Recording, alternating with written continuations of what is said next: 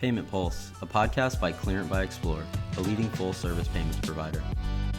Welcome to Payment Pulse, a podcast by Clearent by Xplor, where our goal is to humanize and simplify the complex world of payments. My name is Steve, and as always, I'm here with my co-host Max.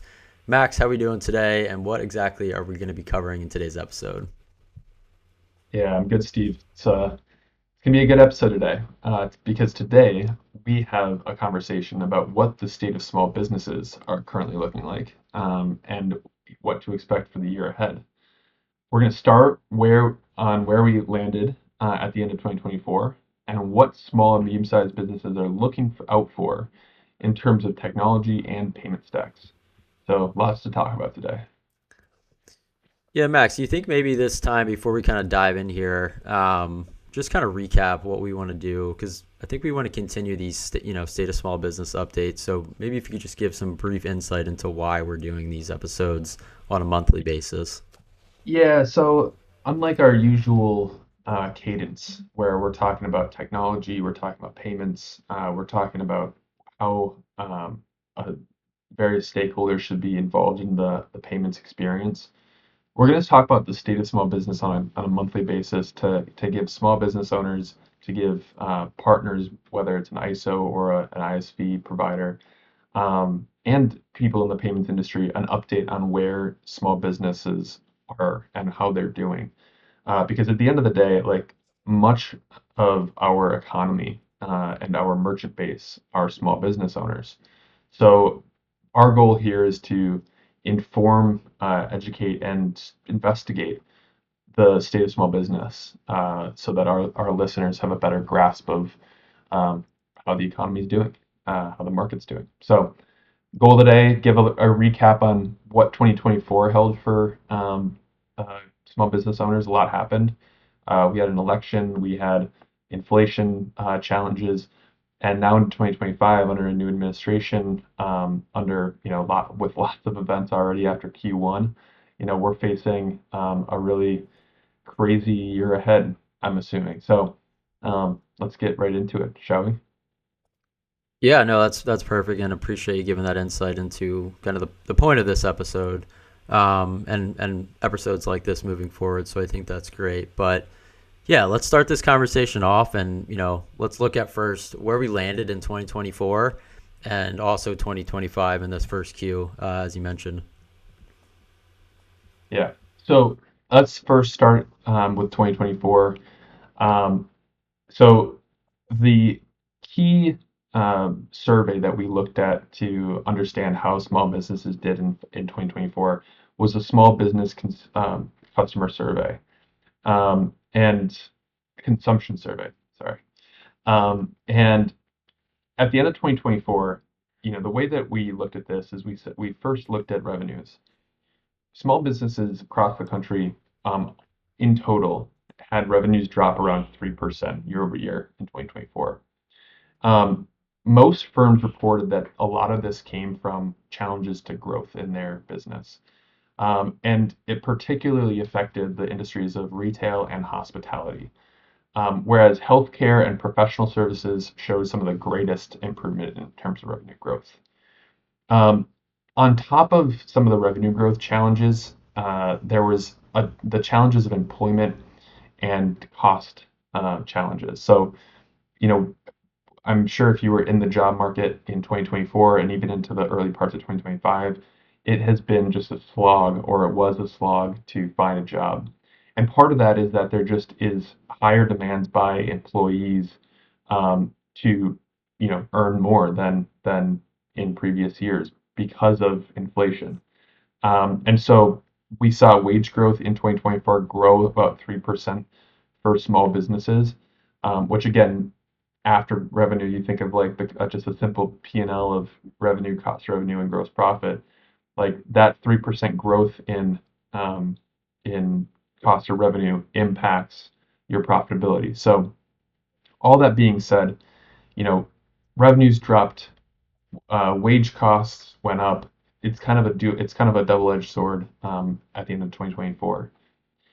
Not only that, but you know, small businesses reported at the end of 2024 that they were also facing operational challenges.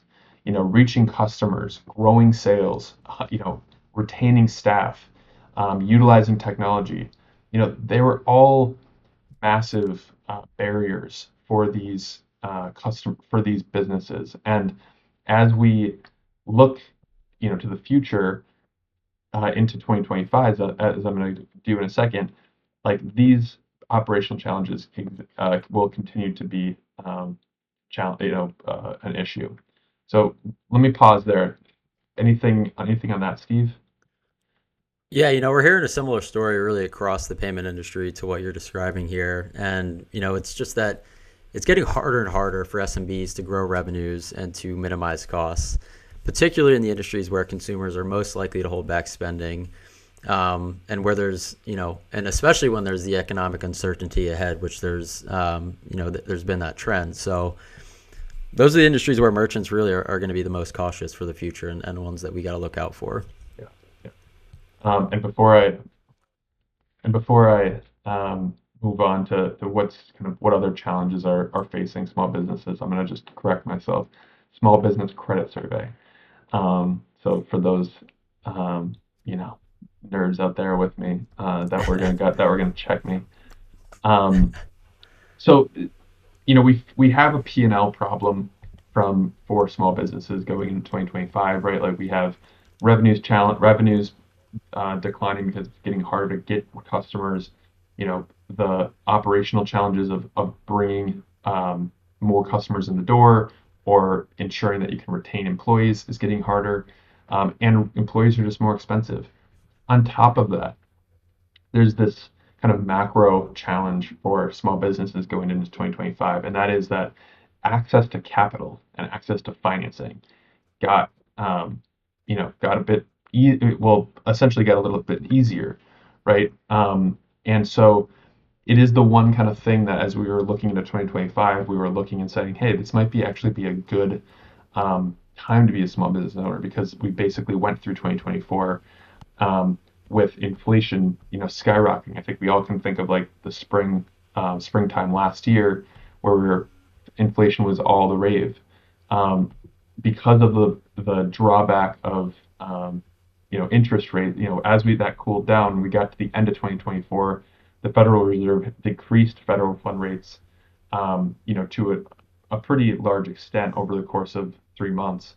And so it is now cheaper for small businesses to access capital. So to take out loans, small business loans, or to find capital from investors, because the federal funds rate is lower. So that is one thing going into 2025 that I was very keen on understanding. And I think as we've gone through the first 3 months, we're seeing that small business owners are pretty optimistic. And so we just talked about where we jumped off from in 2024. How are people feeling right now? How are small businesses feeling? Overall, according to some of these surveys, we've found that the first 3 months of 2025, January, February, March, small business owners were pretty optimistic. One, there was a huge amount of optimism around the new Trump administration and what policies they would be introducing. There was optimism because there was the federal funds rate were going down, in order to grow the economy again. Again, we felt like we were kind of past the inflationary period, and it just generally, like, going into a new year, you typically see higher optimism from small businesses. However, because we're still in April, we're not going to know kind of April results around sentiment until May. I would venture to guess that people are feeling a little bit differently right now. And that is because, there's increased pressure around tariffs and international trade and imports from other countries. And so while there might be some things that aren't going to really change too much, such as the ability to access capital, and the interest rates on loans, I am going to guess that, like, throughout the course of the rest of the year, we will see optimism by small business owners continue to be questioned and put under pressure, because we're just continuing to operate. We've had a solid month of uncertainty around business environment, basically rules. meaning like tariffs and international policy. So, um, what does this kind of, where do we go from here? Um, I would just say like we'll wait and find out for the next month, but like we are early days in terms of knowing how small business owners are gonna like, you know, operate and um, you know, take in stride the changes that are happening on a week to week basis. So let me pause there. What anything that you feel like you can grasp at there, Steve? Yeah, no, there's a couple questions that come to mind, and I'm gonna fire these off a little rapidly here to you, just a Yeah, few. yeah. But based on 2024 data and what we know so far in 2025, one, are there any, who are the particular winners and losers in this case? Who's affected most? Mhm. And then also, what's some of the roles that software providers as well as payment technology firms, help in managing the growth of their businesses? Yeah.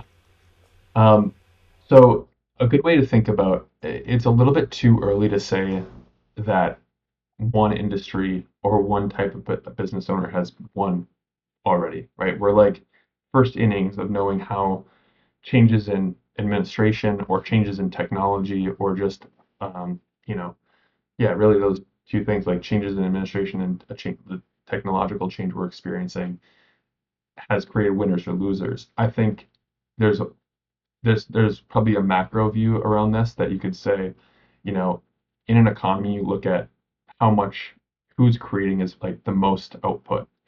And if you think of output being the mix of how much labor there is and how productive that labor is, you would expect that any industry or any type of business that can, maximize both, bring in the most amount of workers and make those workers as productive as possible are going to do the best. And so I think on like early on where we've seen um, some industries win, such as professional services, is that they've adopted, they continue to expand their workforce and they continue to make their workforce more productive.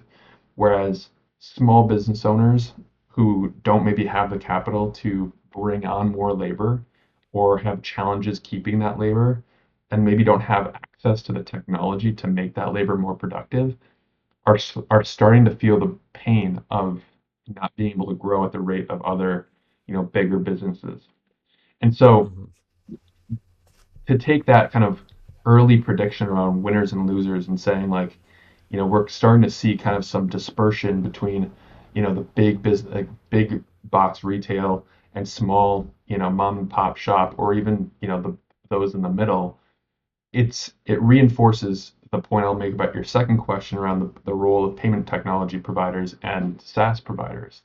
And that is that small businesses are at the mercy of technology partners who are willing to work with them and help them build productivity, right? So your small, you know, stores on Main Street aren't going to be able to, increase their labor costs fivefold to like meet the new requirements in terms of the output. But if they can partner with, an awesome SaaS company or a hardware company or payments technology company that can improve margins or can make um, their labor more productive, then all of a sudden they start to play on more even playing field with their bigger, more sophisticated competitors. So does that make sense? Like before I kind of move on to like how I think payment providers, um, you know, can like a Clearent can really play a massive role for SMBs. Like I want to make sure that those points make sense. No, yeah, it hits home, right? Like it's leveraging technology, over the physical costs of labor, and it's bringing that technology to life with automation and various tools that are just making the things that you're doing more efficient with the resources that you have. So I think it makes perfect sense. Yeah. So then when I think of like why we have this podcast, like why you and I started this to begin with, like one of the key reasons we did this is like we wanted to explore and we wanted to like justify like the role that a payment provider like Clearent has in the life cycle of small businesses. Like we care about Main Street, we care about like helping, people have the most profitable businesses they possibly can, and ensure that they, can keep those, expand the longevity of those businesses as long as they can. And so, like, just honing in on where a payment provider like Clearent can, um, really provide that technological, uh, and really like informational and guidance for small businesses is like three tranches.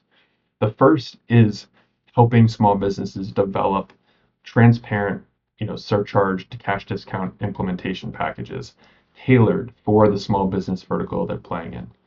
As I said, like small businesses, like they're the most sensitive to the processing costs and to any swings in terms of cost to the business. So again, Clearent is because of our history working with small businesses across the country. We recognize that small businesses are going to feel the hurt of a payment pricing structure um, that isn't clear or doesn't make sense or is murky or doesn't have extremely thoughtful terms or customer service that's not serviceable. And now more than ever, when we have this market uncertainty going forward into 2025, that's going to come into question even more. Like that part, that element of a payment processor is going to be put into question even more. So the second piece is helping to prevent fraud and to ensure the trustworthiness of payments. Um, you know, as I said, if you're a payment provider, if you're a small business owner this year, my guess is you're going to go throughout the course of the rest of the year thinking about how do tariffs impact my business? How am I how are my customers feeling based on market uncertainty? Am I going to be able to grow my revenues? The last thing you want to have to think about is, is there fraud going through my system? Am I going to be like, chased down by the banks or by my payment processor because there's fraudulent chargebacks or fraudulent transactions? Like that's the last thing that they want to think about. So, Clearent, big like a processor like us, our big focus, we have teams and legions people working on identifying and minimizing the risk of chargeback and frauds happening for small businesses.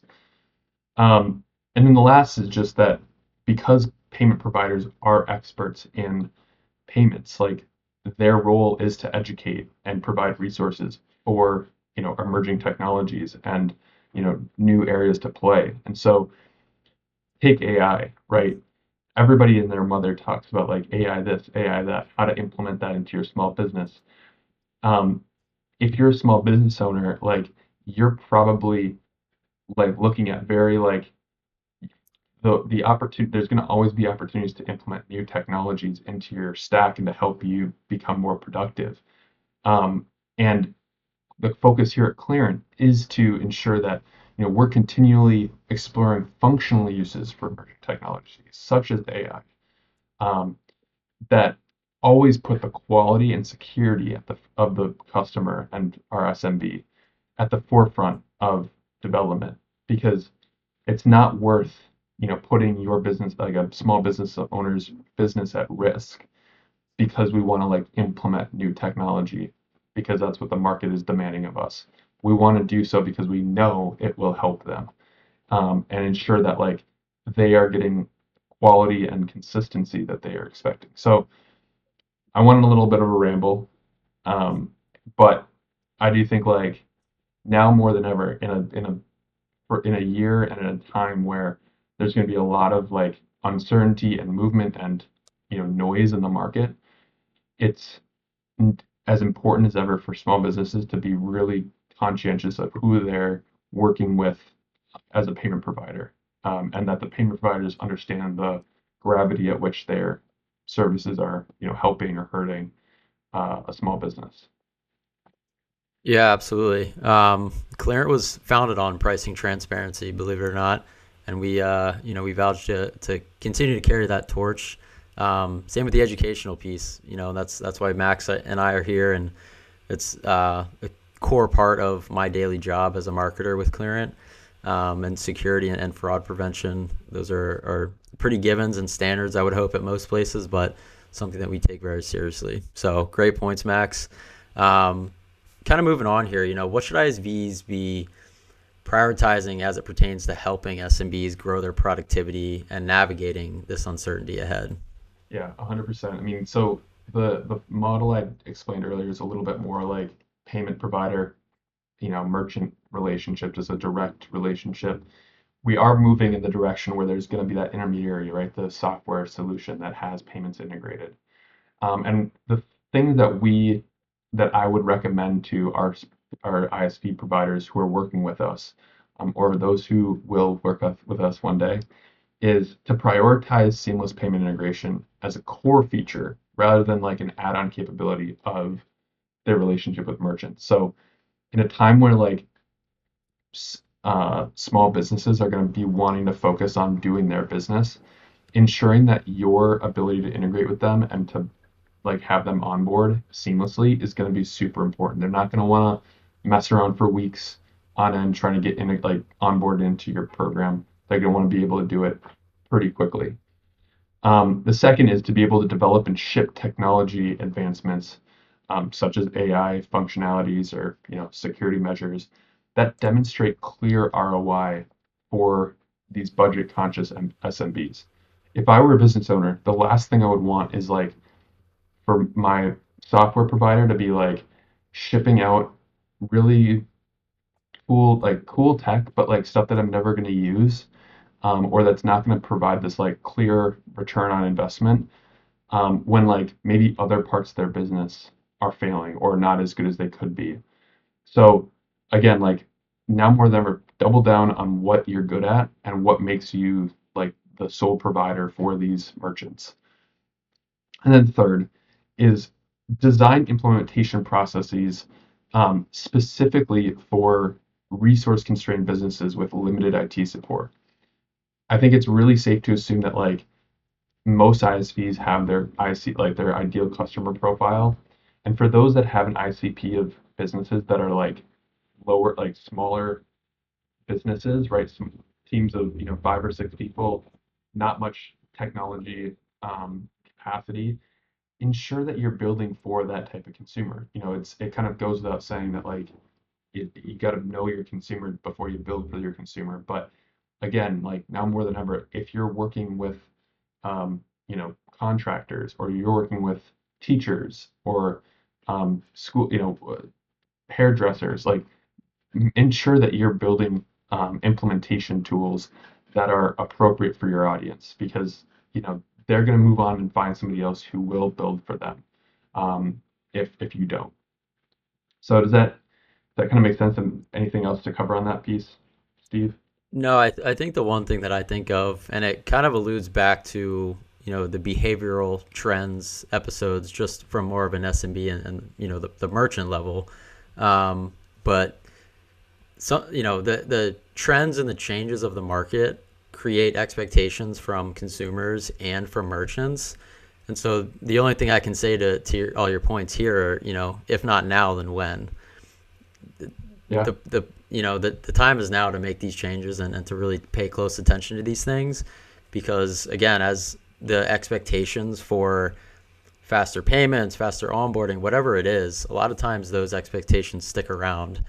Maybe not all of them, but it's something that we've seen, like I mentioned, in the behavioral aspect of consumers.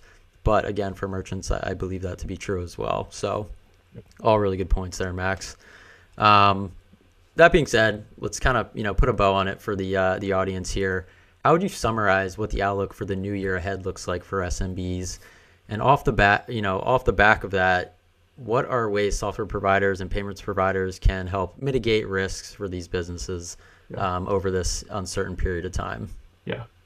So in essence, if I were to wrap up the rest of the year, if I were to guess how the rest of the year goes, again, we're going to do these at each month. The rest of the year is quite uncertain. I don't think anyone questions that. At a macro scale, we have tariffs that are still left unquestioned, and with that, trade implications.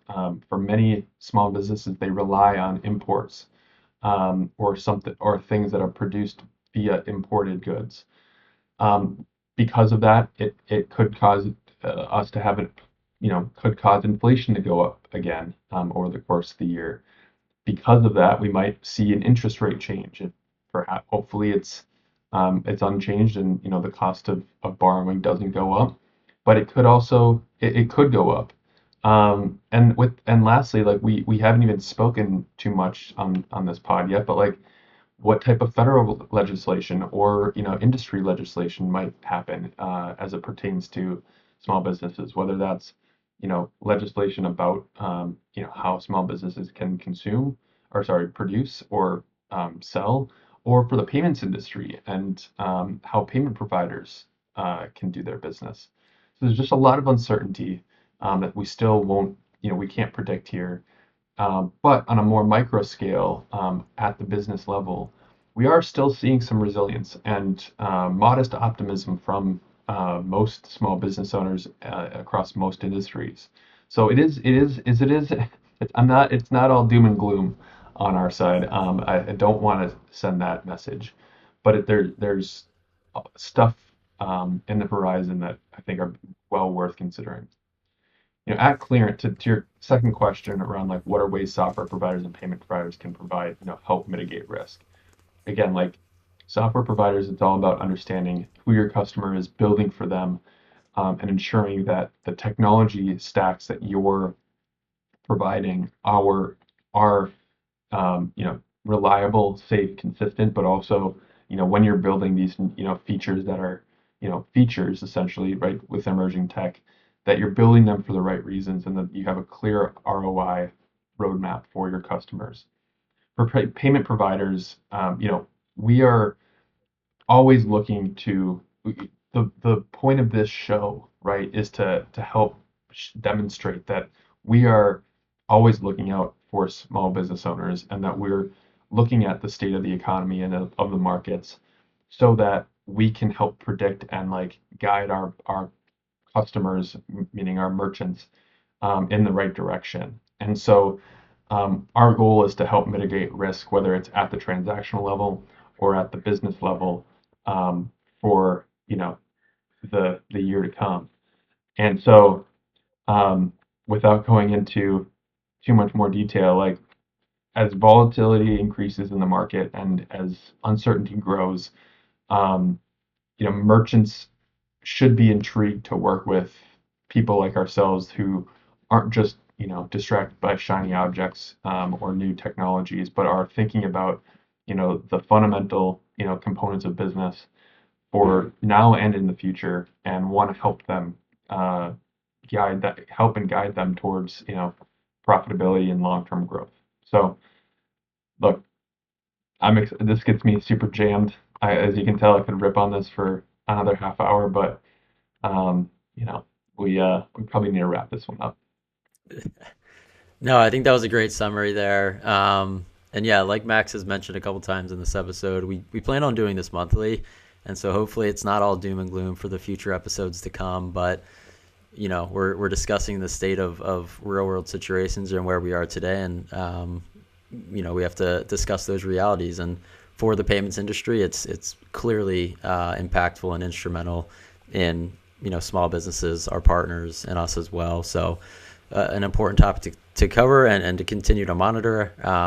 But excited to dive into these episodes in the future. Again, we'd love to hear your feedback on this episode, how you're feeling about the state of small business today, a lot of these changes, tariffs, whatever the case may be. We want to hear about it. Share your questions, your comments, experiences on our social channels and the YouTube comments of this video below as well. But until next time, this has been Payment Pulse, and we appreciate you tuning in to listen. We will see you next week.